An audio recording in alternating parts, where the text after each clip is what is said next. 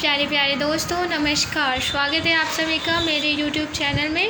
और आज हम लोग व्यावसायिक अध्ययन का क्लास 12 NCERT चैप्टर 2 के बारे में डिटेल से पढ़ेंगे। और आज के हमारे चैप्टर का नेम है व्यावसायिक संगठन के स्वरूप। इस चैप्टर को पढ़ने के बाद आप लोग व्यावसायिक संगठन के विभिन्न स्वरूपों की पहचान कर सकेंगे, व्यावसायिक संगठनों के विभिन्न स्वरूपों के लक्षण, गुण एवं सीमाओं को समझ सकेंगे, विभिन्न व्यावसायिक संगठनों के स्वरूपों में अंतर कर सकेंगे और व्यावसायिक संगठन के उपयुक्त स्वरूप के चयन के निर्धारक तत्वों की चर्चा कर सकेंगे। नेहा एक मेधावी छात्रा है जिसे अपने परीक्षा परिणाम की घोषणा की प्रतीक्षा थी। जब वह घर पर थी तब उसने खाली समय का उपयोग करने का निर्णय लिया। उसे चित्रकारी में रुचि थी। उसने मिट्टी के बर्तनों एवं प्यालों पर चित्रकारी शुरू कर दी। नेहा के काम में उसके मित्रों एवं अन्य मिलने वाले ने रुचि दिखाई, जिससे वह बहुत उत्साहित हुई। अब उसने व्यापार करना तय किया। इस व्यापार को वह अपने घर से चलाने लगी, जिससे कि किराए की बचत हो गई। एक दूसरे से चर्चा करने के कारण वह एकल स्वामित्व के रूप में काफ़ी प्रसिद्ध हो गई। परिणाम स्वरूप उसके उत्पादन की बिक्री में बढ़ोतरी हुई। गर्मियों की समाप्ति तक उसे लगभग 2500 रुपये का लाभ हुआ। इससे उत्साहित होकर उसने इस काम को पेशे के रूप में अपना लिया। अतः उसने अपना व्यवसाय स्थापित करने का निर्णय लिया। यद्यपि वह इस व्यवसाय को एकल स्वामित्व के रूप में चलाने में समर्थ है, लेकिन उसे व्यवसाय के विस्तार के लिए अधिक धन की आवश्यकता भी है। अतः उसके पिता ने साझेदारी फर्म का विकल्प सुझाया, जिससे उसे अधिक पूंजी प्राप्त करने में भी सुविधा हो तथा उत्तरदायित्व एवं जोखिम में भी भागीदारी हो सके। उनका यह भी मत था कि संभव है कि भविष्य में व्यवसाय का और अधिक विस्तार हो और कंपनी का निर्माण भी करना पड़े। नेहा फिलहाल इस असमंजस में है कि वह किस प्रकार के व्यावसायिक संगठन के स्वरूप को चुने। परिचय। यदि कोई व्यक्ति एक व्यवसाय प्रारंभ करने की योजना बना रहा है या वर्तमान व्यवसाय का विस्तार करना चाहता है, तो उसे संगठन के स्वरूप के संबंध में एक महत्वपूर्ण निर्णय लेना होगा। सबसे उपयुक्त स्वरूप का निर्धारण करते समय व्यक्ति को अपने साधनों को ध्यान में रखते हुए प्रत्येक स्वरूप के लाभ एवं हानियों को देखकर निर्णय करना होगा। व्यवसाय संगठन के विभिन्न स्वरूप निम्न हैं। एकल स्वामित्व, संयुक्त हिंदू परिवार व्यवसाय, साझेदारी सहकारी समिति तथा संयुक्त पूंजी कंपनी। हम अपनी चर्चा को एकल व्यापार से प्रारंभ करते हैं, जो व्यावसायिक संगठन का सरलतम स्वरूप है। उसके बाद अधिक जटिल संगठनों के रूप का विश्लेषण करेंगे। एकल स्वामित्व। आप कई बार सायकल अपने आसपास के छोटे स्टेशनरी स्टोर में रजिस्टर, पेन, चार्ट पेपर आदि खरीदने के लिए जाते होंगे। संभावना यही है कि आप इस सौदे के दौरान किसी एकल स्वामित्व के संपर्क में ही आते होंगे। एकल व्यापार व्यावसायिक संगठन का एक प्रचलित रूप है तथा छोटे व्यवसाय के लिए अत्यंत उपयुक्त है। विशेषतः व्यवसाय के प्रारंभिक वर्षों में एकल स्वामित्व उस व्यवसाय को कहते हैं जिसका स्वामित्व, प्रबंधन एवं नियंत्रण एक ही व्यक्ति के हाथ में होता है तथा वही संपूर्ण लाभ पाने का अधिकारी तथा हानि के लिए उत्तरदायी होता है। जैसा एकल स्वामित्व शब्द से स्पष्ट है कि एकल शब्द का अर्थ है एकमात्र एवं प्रोपाइटर का अर्थ है स्वामी, अर्थात वह एकल व्यवसाय का एकमात्र स्वामी होता है। व्यवसाय का यह स्वरूप विशेष रूप से उन क्षेत्रों में प्रचलन में है जिनमें व्यक्तिगत सेवाएं प्रदान की जाती हैं, जैसे ब्यूटी पार्लर, नाई की दुकान एवं छोटे पैमाने के व्यापार, जैसे किसी क्षेत्र में एक फुटकर व्यापार की दुकान चलाना। लक्षण। संगठन के एकल स्वामित्व स्वरूप की प्रमुख विशेषताएं निम्न हैं। निर्माण एवं समापन। एकल स्वामित्व वाले व्यवसाय को प्रारंभ करने के लिए शायद ही किसी वैधानिक औपचारिकता की आवश्यकता होती है। हाँ, कुछ मामलों में लाइसेंस की आवश्यकता हो सकती है। एकल स्वामित्व के नियमन के लिए अलग से कोई कानून नहीं है। व्यवसाय को बंद भी सरलता से किया जा सकता है। इस प्रकार से व्यवसाय की स्थापना एवं उसका समापन दोनों ही सरल है। दायित्व। एकल स्वामी का दायित्व असीमित होता है। इसका अर्थ हुआ कि यदि व्यवसाय की संपत्तियां सभी ऋणों के भुगतान के लिए पर्याप्त नहीं है तो स्वामी इन ऋणों के भुगतान के लिए व्यक्तिगत रूप से उत्तरदायी होगा। ऐसी स्थिति में इसके लिए उसकी निजी वस्तुएं जैसे उसकी अपनी कार तथा अन्य संपत्तियां बेची जा सकती है। उदाहरण के लिए, अगर व्यवसाय बंद करते समय एक ड्राई क्लीनर एकल स्वामित्व वाली इकाई की ब्राह देयता 80,000 है, जबकि परिसंपत्तियां केवल 60,000 ही है, तो ऐसे में स्वामी को अपने निजी स्रोतों से 20,000 लगाने होंगे। फर्म भले ही फर्म के लिए ऋणों के भुगतान में उसे अपनी निजी संपत्ति ही क्यों न बेचनी पड़े, लाभ प्राप्ति करता तथा जोखिम वहन करता। व्यवसाय की विफलता से जोखिम को एकल स्वामी को अकेले ही वहन करना होगा। यदि व्यवसाय सफल रहता है तो सभी लाभ भी उसी को प्राप्त होंगे। वह सभी व्यावसायिक लाभों का अधिकारी होता है जो उसके जोखिम उठाने की सीधा प्रतिफल है। एकल व्यापारी व्यवसाय एक ऐसी व्यावसायिक इकाई है जिसमें एक ही व्यक्ति पूंजी लगाता है, उद्यम का जोखिम उठाता है एवं प्रबंधन करता है। एकल स्वामित्व व्यवसाय संगठन का वह रूप है जिसका मुखिया एक ऐसा व्यक्ति है जो उत्तरदायित्व लिए हुए है, जो परिचालन का निर्देशन करता है एवं जो हानि का जोखिम उठाता है। नियंत्रण। व्यवसाय के संचालन एवं उसके संबंध में निर्णय लेने का पूरा अधिकार एकल स्वामी के पास होता है। वह बिना दूसरों के हस्तक्षेप किए अपनी योजनाओं को कार्यान्वित कर सकता है। स्वतंत्र अस्तित्व नहीं। कानून की दृष्टि में एकल व्यापारी एवं उसके व्यवसाय में कोई अंतर नहीं है, क्योंकि इसमें व्यवसाय का इसके स्वामी से अलग कोई अस्तित्व नहीं है। परिणाम स्वरूप व्यवसाय के सभी कार्यों के लिए स्वामी को ही उत्तरदायी ठहराया जाएगा। व्यावसायिक निरंतरता का अभाव। चूँकि व्यवसाय एवं उसके स्वामी का एक ही अस्तित्व है, इसलिए एकल स्वामी की मृत्यु पर, पागल हो जाने पर, जेल में बंद होने पर, बीमारी अथवा दिवालिया होने पर सीधा एवं हानिकारक प्रभाव व्यवसाय पर पड़ेगा और हो सकता है कि व्यापार बंद भी करना पड़े। गुण। एकल स्वामित्व के कई लाभ हैं, जिनमें से कुछ महत्वपूर्ण लाभ निम्न हैं। शीघ्र निर्णय। एकल स्वामी को व्यवसाय से संबंधित निर्णय लेने की बहुत अधिक स्वतंत्रता होती है, क्योंकि उसे किसी दूसरे से सलाह की आवश्यकता नहीं है। स्फूर्तिदायक प्रारंभ। कोका कोला प्रारंभ में एकल स्वामित्व का व्यवसाय था। दुनिया भर को एक खास स्वाद से परिचित करवाने वाले कोका कोला की शुरुआत 8 मई 1886 को एटलांटा, जॉर्जिया में हुई थी। डॉक्टर जॉन स्मिथ पेंटनबर्ग एक स्थानीय औषधि निर्माता थे। उन्होंने कोका कोला के नाम से एक शरबत बनाया। वे इस नए उत्पाद को एक पास में स्थित जैकब फार्मेसी ले गए। वहाँ उसका नमूना चखा गया तथा उसे अद्भुत घोषित किया गया। एक सोडा पेय के रूप में वह 5 सेंट प्रति ग्लास बेचा जाने लगा। पैम्बर्टन को अपने उत्पाद की निहित संभावनाओं का एहसास भी नहीं हुआ। उन्होंने धीरे धीरे अपने व्यवसाय को टुकड़ों में अपने साझेदारों को बेच दिया और 1888 में अपनी मृत्यु के कुछ समय पहले ही कोका कोला में अपने बचे खुचे हित को आशा जी कैलेंडर को बेच दिया। कैलेंडर व्यापारिक सूझबूझ वाला एंटाला वासी था। उसने व्यवसाय के अन्य हिस्से भी खरीद लिए तथा अंत में पूरे व्यवसाय को नियंत्रण में ले लिया। 1 मई 1889 को आशा जी कैलेंडर ने द एटलांटा पत्रिका में एक पूरे पृष्ठ का विज्ञापन दिया, जिसमें उसने अपने दवाइयों के थोक एवं फुटकर विक्रेताओं को कोका कोला के एकमात्र स्वामी के रूप में घोषित किया। उसके विज्ञापन में कहा गया, कोका कोला स्वादिष्ट, ताजगीदायक, स्फूर्तिदायक, शक्तिवर्धक पेय। कोका कोला का एकल स्वामित्व कैलेंडर को 1891 में जाकर प्राप्त हुआ, जिसके लिए उसे $2300 निवेश करने की आवश्यकता पड़ी। 1892 में जाकर कैंडलर ने द कोका कोला कॉरपोरेशन के नाम से एक कंपनी का गठन किया। कोका कोला कंपनी की वेबसाइट से इसलिए वो शीघ्र निर्णय ले सकता है, जिसके कारण जब भी उसे कोई लाभ का अवसर प्राप्त होता है तो वह समय रहते उसका लाभ उठा सकता है। सूचना की गोपनीयता। एकल स्वामी अकेले ही निर्णय लेने का अधिकार रखता है, इसलिए वह व्यापार संचालन के संबंधों में सूचना को गुप्त रख सकता है तथा गोपनीयता बनाए रख सकता है।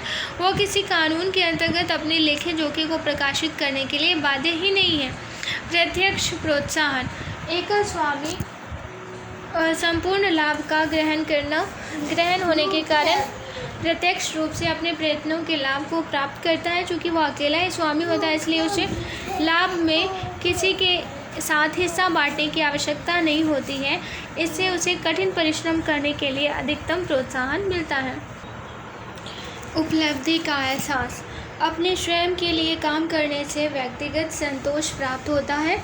इस बात का एहसास कि वह स्वयं ही अपने व्यवसाय की सफलता के लिए उत्तरदायी है, न केवल उसे आत्मसंतोष प्रदान करता है बल्कि स्वयं की योग्यताओं में आस्था एवं विश्वास की भावना भी उत्पन्न करता है।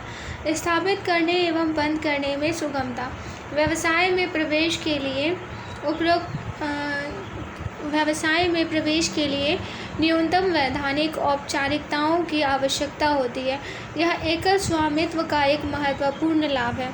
एकल स्वामित्व को शासित करने के लिए अलग से कोई कानून नहीं है, चूँकि इसका स्वरूप ऐसा है कि इसके कम से कम नियमन है, इसलिए इसको स्थापित करना एवं इसे बंद करना सुगम है। सीमाएं। उपरोक्त लाभों के होते हुए भी एकल स्वामित्व की भी कुछ सीमाएं हैं। इनमें से कुछ प्रमुख सीमाएं इस प्रकार है। सीमित संसाधन। एकल स्वामी के संसाधन उसके व्यक्तिगत बचत एवं दूसरे से ऋण लेने तक के सीमित हैं। बैंक एवं दूसरे ऋण देने वाले संस्थान एक एकल स्वामी को दीर्घ अवधि ऋण देने में संकोच करेंगे। व्यापार का आकार साधारणतः छोटा ही रहता है तथा उसके विस्तार की संभावना भी कम होती है। इसका एक बड़ा कारण संसाधनों की कमी या अभाव है। व्यावसायिक इकाई का सीमित जीवन काल। कानून की दृष्टि में स्वामी एवं स्वामित्व दोनों ही एक माने जाते हैं। स्वामी की मृत्यु, दिवालिया होना अथवा बीमारी से व्यवसाय प्रभावित होता है तथा इनसे वह बंद भी हो सकता है। संयुक्त हिंदू परिवार व्यवसाय। संयुक्त हिंदू परिवार व्यवसाय विशेष प्रकार का संगठन है जो केवल भारत में ही पाया जाता है। हमारे देश का यह सबसे पुराना स्वरूप है। इसका अभिप्राय उस व्यवसाय से है जिसका स्वामित्व एवं संचालन एक संयुक्त हिंदू परिवार के सदस्य करते हैं। इसका प्रशासन हिंदू कानून के द्वारा होता है। परिवार विशेष में जन्म लेने पर वह व्यक्ति व्यवसाय का सदस्य बन जाता है एवं 3 पीढ़ियों तक व्यवसाय का सदस्य रह जाता है। व्यवसाय पर परिवार के मुखिया का नियंत्रण रहता है, जो परिवार का सबसे बड़ा सदस्य होता है एवं कर्ता कहलाता है। सभी सदस्यों का पूर्वज की संपत्ति पर बराबर का स्वामित्व होता है तथा उन्हें सहसमांशी कहा जाता है। लक्षण। निम्न बिंदु संयुक्त हिंदू परिवार व्यवसाय की आवश्यक विशेषताओं को उजागर करते हैं। निर्माण। संयुक्त हिंदू परिवार व्यवसाय के लिए परिवारों में कम से कम 2 सदस्य एवं वह पैतृक संपत्ति जो उन्हें विरासत में मिली हो उनका होना आवश्यक है। व्यवसाय के लिए किसी अनुबंध की आवश्यकता नहीं है, क्योंकि इसमें सदस्य जन्म के कारण मिलती है। यह हिंदू उत्तराधिकार अधिनियम 1956 तक शासित होता है। दायित्व। कर्ता को छोड़कर अन्य सभी सदस्यों का दायित्व व्यवसाय की सहसमांशी संपत्ति में उनके अंश तक सीमित होता है। नियंत्रण। परिवार के व्यवसाय पर कर्ता का नियंत्रण होता है। वही सभी निर्णय लेता है तथा वही व्यवसाय के प्रबंधन के लिए अधिकृत होता है। इसके निर्णयों से दूसरे सभी सदस्य बाध्य होते हैं। निरंतरता। कर्ता की मृत्यु होने पर व्यवसाय चलता रहता है, क्योंकि सबसे बड़ी आयु का अगला सदस्य कर्ता का स्थान ले लेता है, जिससे व्यवसाय में स्थिरता आती है। सभी सदस्यों की संयुक्त स्वीकृति से ही व्यवसाय को समाप्त किया जा सकता है। नाबालिग सदस्य। व्यवसाय में व्यक्ति का प्रवेश संयुक्त हिंदू परिवार में जन्म लेने के कारण होता है, इसलिए नाबालिग भी व्यवसाय के सदस्य हो सकते हैं। गुण। संयुक्त हिंदू परिवार व्यवसाय के लाभ निम्नलिखित हैं। प्रभावशाली नियंत्रण। कर्ता के पास निर्णय के पूरे अधिकार होते हैं। कर्ता के पास निर्णय लेने से पूरे अधिकार होते हैं। इसके सदस्यों में पारस्परिक मतभेद नहीं होता कि उनमें से कोई भी उसके निर्णय लेने के अधिकार में हस्तक्षेप नहीं कर सकता। इसके कारण निर्णय शीघ्र लिए जाते हैं तथा उनमें लचीलापन भी होता है। स्थायित्व: कर्ता की मृत्यु से व्यवसाय पर कोई प्रभाव नहीं पड़ता, क्योंकि अगला सदस्य सबसे अधिक आयु का व्यक्ति वो बन जाता है। संयुक्त हिंदू परिवार में लिंग समता एक वास्तविकता। हिंदू संशोधन अधिनियम 2005 के अनुसार संयुक्त हिंदू परिवार के सहसमांशी की पुत्री जन्म लेते ही एक सहसमांशी बन जाती है।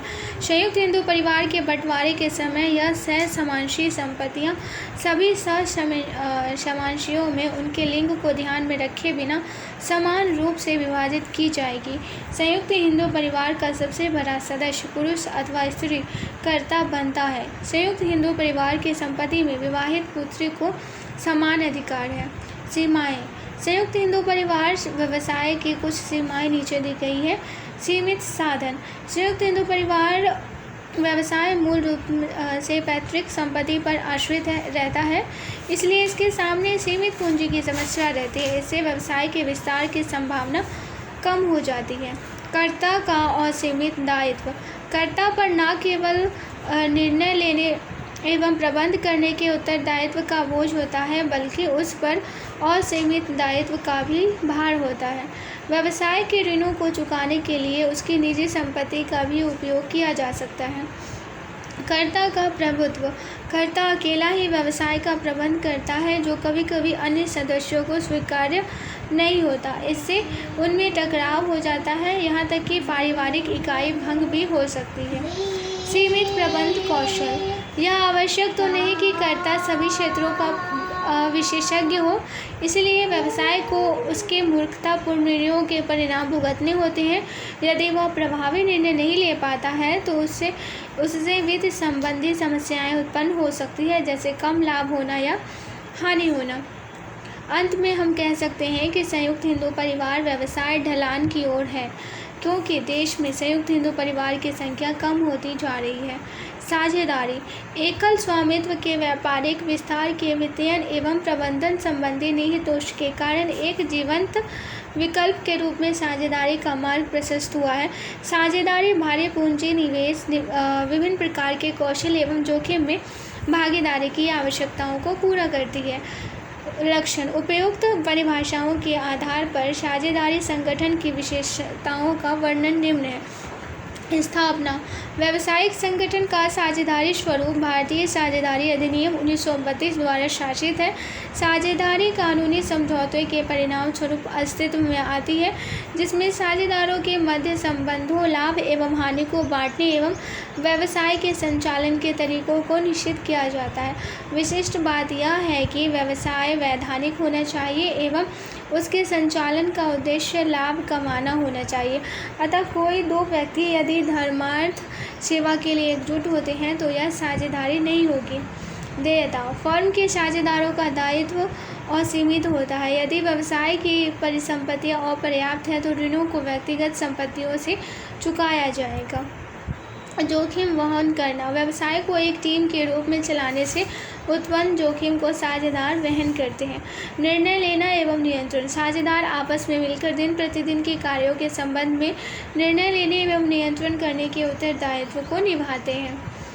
निरंतरता: साझेदारी में व्यवसाय की निरंतरता की कमी रहती है, क्योंकि किसी भी साझेदार की मृत्यु, अवकाश ग्रहण करने, दिवालिया होने या फिर पागल होने जाने पर समाप्त हो सकती है। बाकी साझेदारी नए समझौते के आधार पर व्यवसाय को चालू रख सकते हैं। सदस्यता: किसी साझेदारी को प्रारंभ करने हेतु न्यूनतम 2 सदस्यों की आवश्यकता होती है। कंपनी अधिनियम 2013 की धारा 464 के अनुसार किसी साझेदारी फर्म में साझेदारों की अधिकतम संख्या 100 तक हो सकती है। कंपनी विभिन्न नियम 2014 के नियम 10 के अनुसार वर्तमान में किसी साझेदारी संगठन में अधिकतम 50 सदस्य हो सकते हैं। एजेंसी संबंध: साझेदारी की परिभाषा इस तथ्य को रेखांकित करती है कि इसमें व्यवसाय को सभी साझेदार मिलकर या फिर सभी की ओर से कोई एक साझेदार चला सकता है। दूसरे शब्दों में प्रत्येक साझेदार एजेंट भी है एवं स्वामी भी। चूँकि वह दूसरे साझेदारों का प्रतिनिधित्व करता है, इसलिए वह उनका एजेंट होता है तथा उसके कार्यों से अन्य साझेदार आबद्ध हो जाते हैं। प्रत्येक साझेदार स्वामी भी होता है तथा दूसरे साझेदारों के कार्यों से आबद्ध हो जाता है। स्थापना एवं समापन सरल। एक साझेदारी फॉर्म को संभावित साझेदारों के बीच समझौते के द्वारा सरलता से बनाया जा सकता है, जिसके अनुसार वह व्यवसाय को चलाते हैं तथा जोखिम को बांटते हैं। फर्म का पंजीकरण अनिवार्य नहीं होता है एवं इसे बंद करना भी सरल होता है। संतुलित निर्णय। साझेदार अपनी अपनी विशिष्टता के अनुसार अलग अलग कार्यों को देख सकते हैं। एक व्यक्ति विभिन्न कार्यों को करने के लिए बाध्य नहीं होता तथा इससे निर्णय लेने में गलतियाँ भी कम होती हैं। अधिक कोष। साझेदारी में पूंजी कई साझेदारों द्वारा लगाई जाती है। इसमें एकल स्वामित्व की तुलना में अधिक कोष। साझेदारी में पूंजी कई साझेदारों द्वारा लगाई जाती है। इसमें एकल स्वामित्व की तुलना में अधिक धन जुटाया जा सकता है तथा आवश्यक होने पर अतिरिक्त व्यावसायिक कार्य भी किए जा सकते हैं। साझेदारी उन लोगों के बीच का संबंध है जो अनुबंध के लिए सर्वथा योग्य हैं तथा जिन्होंने निजी लाभ के लिए आपस में मिलकर एक वैधानिक व्यापार करने का समझौता किया है। साझेदारी उन लोगों के मध्य संबंध है जिन्होंने किसी व्यवसाय में अपनी संपत्ति, श्रम अथवा निपुणता को मिला लिया है तथा वे आपस में उससे होने वाले लाभ को भी बांट रहे हैं। साझेदारों के प्रकार। साझेदारी फर्म में विभिन्न प्रकार के साझेदार हो सकते हैं जिनकी अलग अलग भूमिकाएं एवं दायित्व होते हैं। इनके अधिकारों एवं उत्तरदायित्वों को भली भांति समझने के लिए इनके प्रकारों को समझना महत्वपूर्ण है। इनका वर्णन नीचे किया गया है। सक्रिय साझेदार। एक सक्रिय साझेदार वह है जो पूंजी लगाता है। फर्म के लेनदारों के प्रति उसका दायित्व असीमित होता है। यह साझेदार अन्य साझेदारों की ओर से व्यवसाय संचालन में सक्रिय रूप से भाग लेते हैं। सुप्त अथवा निष्क्रिय साझेदार। जो साझेदार व्यवस्था के दिन प्रतिदिन के कार्यों में भाग नहीं लेते हैं उन्हें सुसुप्त साझेदार कहते हैं। एक निष्क्रिय साझेदार फर्म में पूंजी लगाता है, लाभ हानि को बांटता है तथा उसका असीमित दायित्व होता है। गुप्त साझेदार। यह वह साझेदार होता है जिसके फर्म से संबंध को साधारण जनता नहीं जानती। इस विशेषता को छोड़कर बाकी मामलों में वह अन्य साझेदारों के समान होता है। वह पूंजी लगाता है, प्रबंध में भाग लेता है, लाभ हानि को बांटता है तथा लेनदारों के प्रति उसका दायित्व असीमित होता है। नाम मात्र का साझेदार। यह वह साझेदार होता है जिसके नाम का प्रयोग फर्म करती है लेकिन वह इसमें कोई पूंजी नहीं लगाता। वह फर्म के प्रबंध में सक्रिय रूप से भाग नहीं लेता, ना ही लाभ हानि में भागीदार होता है, लेकिन अन्य साझेदारों के समान फर्म के ऋणों के भुगतान के लिए तीसरे पक्ष के प्रति उत्तरदायी होता है। विबंधन साझेदार। कोई व्यक्ति विबंधन साझेदार तब माना जाता है जब वह अपनी पहल, आचरण अथवा व्यवहार से दूसरों को यह आभास कराता है कि वह किसी फर्म का साझेदार है। ऐसे साझेदार फर्म के ऋणों के भुगतान के लिए उत्तरदायी होते हैं क्योंकि अन्य पक्षों की दृष्टि में वे साझेदार होते हैं, भले वे इसमें पूंजी नहीं लगाते और ना ही इसके प्रबंध में भाग लेते हैं। उदाहरण के लिए सीमा की एक मित्र है रानी, जो कि एक सॉफ्टवेयर फर्म सिंप्लेक्स सॉल्यूशन में साझेदार है। रानी सीमा के साथ मोहन सॉफ्टवेयर में व्यवसाय के सिलसिले में आयोजित एक बैठक में भाग लेने चाहती है तथा एक सौदे को तय करने की कार्यवाही में सक्रिय रूप से भाग लेती है। रानी ऐसा आवाज़ दिलाती है कि मानो वह सिंप्लेक्स सॉल्यूशन में एक साझेदार है। यदि इस बातचीत के आधार पर सिंप्लेक्स सॉल्यूशन को उधार की सुविधा दी जाती है तो रानी भी इस देनदारी के भुगतान के लिए ठीक उसी प्रकार उत्तरदायी होगी जैसे वह भी फर्म में एक साझेदार हो। प्रतिनिधि साझेदार। Holding out. यह वह व्यक्ति होता है जो जानबूझकर फर्म में अपने नाम को प्रयोग करने देता है अथवा अपने आप को इसका प्रतिनिधि मानने देता है। ऐसा व्यक्ति किसी भी उस ऋण के लिए उत्तरदायी होगा उसके ऐसे प्रतिनिधित्व के कारण दिए गए हैं। यदि वह वास्तव में साझेदार नहीं है तथा इस उत्तरदायित्व से मुक्त होना चाहता है तो उसे तुरंत इसे नकारना होगा तथा उसे अपनी स्थिति स्पष्ट कर यह बताना होगा कि वह साझेदार नहीं है। यदि वह ऐसा नहीं करता है तो वह इस आधार पर हुई किसी भी प्रकार की हानि के लिए तीसरे पक्ष के प्रति उत्तरदायी होगा। साझेदारी के प्रकार। साझेदारी दो घटकों के आधार पर वर्गीकृत किया जा सकता है। अवधि एवं देयता। अवधि के दो अवधि के आधार पर साझेदारी दो प्रकार की हो सकती है, ऐच्छिक साझेदारी एवं विशिष्ट साझेदारी। देयता के आधार पर भी साझेदारी की दो प्रकार होती है, सीमित दायित्व वाली एवं असीमित दायित्व वाली। इनका वर्णन आगे के खंडों में किया गया है। अवधि के आधार पर वर्गीकरण। ऐच्छिक साझेदारी। इस प्रकार की साझेदारी की रचना साझेदारों की इच्छा से होती है। यह उस समय तक चलती है जब तक कि अलग होने का नोटिस नहीं दिया जाता। किसी भी साझेदार द्वारा नोटिस देने पर यह समाप्त हो जाती है। विशिष्ट साझेदारी। साझेदारी की रचना यदि किसी विशिष्ट परियोजनाएं जैसे किसी भवन के निर्माण या कोई कार्य या फिर एक निश्चित अवधि के लिए की जाती है तो इसे विशिष्ट साझेदारी कहते हैं। इस उद्देश्य के लिए इसकी रचना की गई है, उसके पूरे होने पर अथवा अवधि की समाप्ति पर यह समाप्त हो जाती है। देयता के आधार पर वर्गीकरण। सामान्य साझेदारी। सामान्य साझेदारी में साझेदारों का दायित्व असीमित एवं संयुक्त होता है। साझेदारों को प्रबंध में भाग लेने का अधिकार होता है। फर्म का अस्तित्व साझेदारी की मृत्यु, पागलपन, अवकाश ग्रहण करने से प्रभावित होता है।